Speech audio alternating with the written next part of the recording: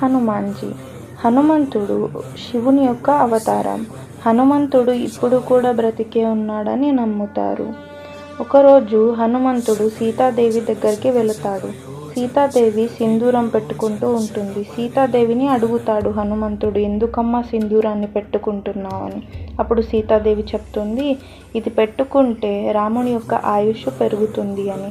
అప్పుడు హనుమంతుడు అతని శరీరానికి మొత్తానికి రాసుకుంటాడు. హనుమంతుడు ఒక బ్రహ్మచారియే, కానీ హనుమంతుడికి ఒక కొడుకు ఉన్నాడు. లంకను అగ్గి అంటించి వెళ్తున్నప్పుడు హనుమంతుని యొక్క చెమట ఒక చేప నోటిలో పడిపోతుంది. దాంట్లో నుంచి మకరధ్వజ అనే పుత్రుడు జన్మిస్తాడు.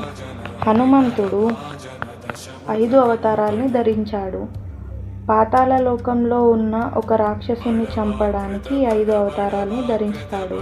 అందుకే హనుమంతుణ్ణి పంచముఖి హనుమ అని కూడా